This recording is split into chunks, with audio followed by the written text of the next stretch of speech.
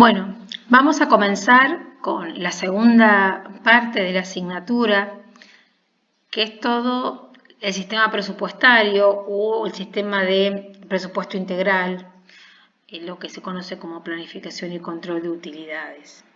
En líneas generales, ustedes se recordarán las actividades de proceso administrativos en términos de planificación y control como actividades importantes dentro del proceso, ¿sí? En este caso, cuando hablamos de planificación, vamos a hacer mención, obviamente, a todos los cursos de acción y el desarrollo de objetivos que hemos previsto, y el control básicamente tendrá que ver con los controles de desempeños en términos de comparar lo planificado con lo real. Obviamente el resto de las actividades del proceso están presentes, tanto sea el término de organización del trabajo, ¿sí? La conformación de equipos, la división de los distintos grupos, digamos, la actividad de dirigir en búsqueda de motivar para el logro de los objetivos previstos y las metas alcanzables, y obviamente administrar la dotación de personal en términos de incentivo y satisfacción. Pero obviamente estamos haciendo eje sobre las dos actividades más importantes para nosotros en términos de lo que sería la PCU, las actividades de planificación y control. ¿Por qué hablamos de planificación y control de utilidades? Básicamente piensen que habíamos dicho nosotros que lo importante era materializar y llevar a cabo todos nuestros planes y objetivos y nuestras estrategias y los objetivos más importantes, objetivos estratégicos, las metas de corto plazo. Entonces, todo eso, sí, que pensamos, esas políticas generales que teníamos previstas, sí, la tenemos que llevar en líneas generales a un plan de utilidades, que es la expresión más detallada, si se quiere, en términos numéricos, ¿sí? Un presupuesto que normalmente es anual y que vamos a conocer como plan táctico, digamos, en términos de resultados esperados. Entonces, un presupuesto, ¿sí? Es la expresión económico-financiera, tiene una parte narrativa también, digamos, donde se explican algunas cuestiones, pero en líneas generales son un montón de números que van a estar mostrando en líneas generales expectativas de resultados a alcanzar.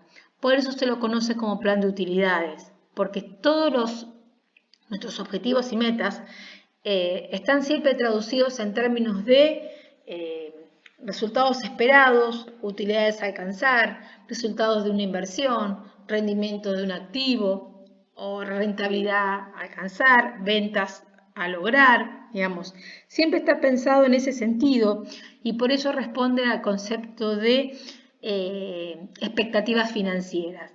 Entonces, obviamente, nosotros vamos a trabajar en este cuatrimestre con los planes tácticos, con los presupuestos, que normalmente son anuales, ¿sí? Pero que muchas veces, tienen cortes parciales, ¿sí? Trimestrales o semestrales, de acuerdo a lo que el administrador o aquel que lo está haciendo o aquel equipo que lo está generando pretende mostrar y cómo conviene hacer los controles. Entonces, a veces conviene, si bien tenemos el presupuesto anual, a veces está bueno tener los cortes trimestrales o mensuales, depende de lo que se quiera controlar. Entonces,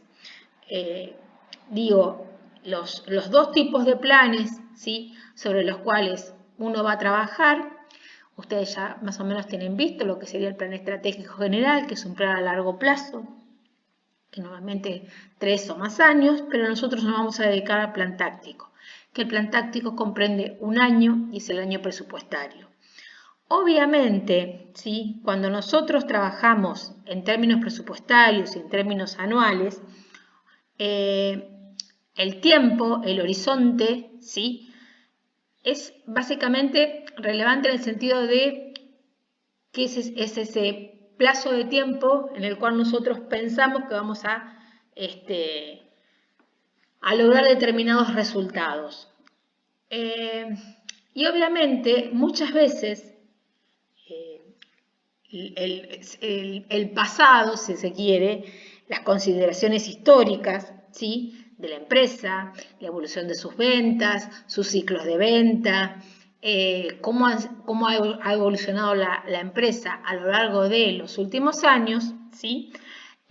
Normalmente es una plataforma de partida para pensar hacia adelante.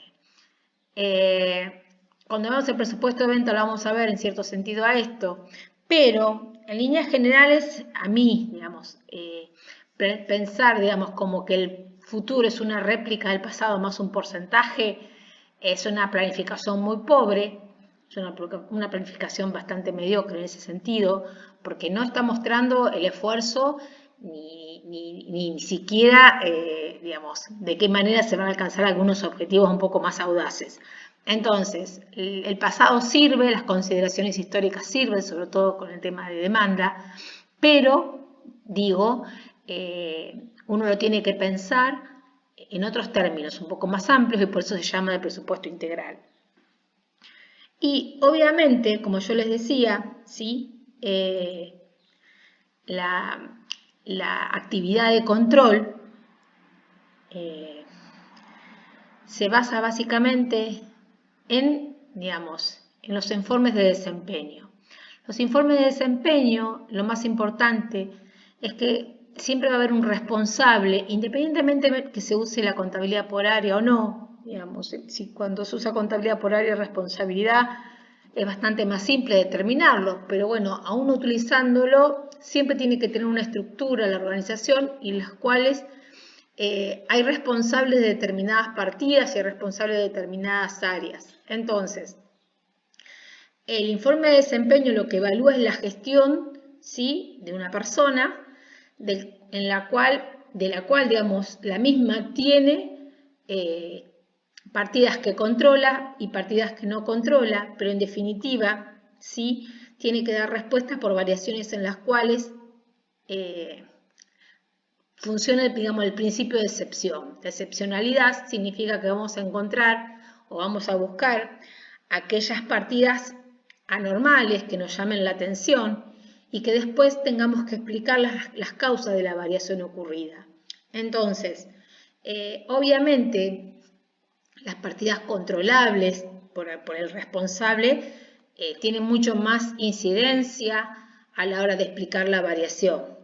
Digamos, si un responsable de ingresos, obviamente la variación de ventas tiene un responsable que es aquel que está dirigiendo los equipos de ventas, si se quiere. Ahora, también es responsable de partidas que no controla y no por eso las tiene que no cuidar o no administrar eficientemente. Digo, qué sé yo, el responsable de venta probablemente no sea el responsable del parque automotor, ¿sí?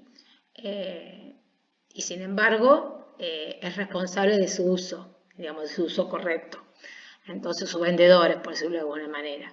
Después, quizás en la clase sincrónica aclaramos un poco más este concepto. Pero en líneas generales, un informe de desempeño lo que va a mostrar es la variación entre lo que se presupuestó y lo que ocurrió después en realidad, explicar las variaciones que son significativas, aquellas que son importantes, ¿sí? Para poder reajustar o reprogramar o volver a ajustar el presupuesto, si se quiere. Y obviamente los informes de desempeño tienen que ser oportunos. Oportuno significa que tiene que llegar cuando se lo necesite, en el momento que se requiera la información. Entonces, no hay una receta para decir este informe de desempeño tiene que ser mensual, trimestral, diario, quincenal.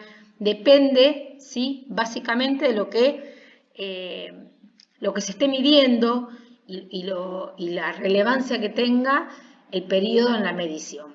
Obviamente, nunca puede ser llegar tarde porque, en definitiva, si hay algo que hay que corregir, ¿sí?, si hay una variable que estamos controlando mucho más detalladamente y hay que corregirla, no podemos esperar un informe que tarde demasiado.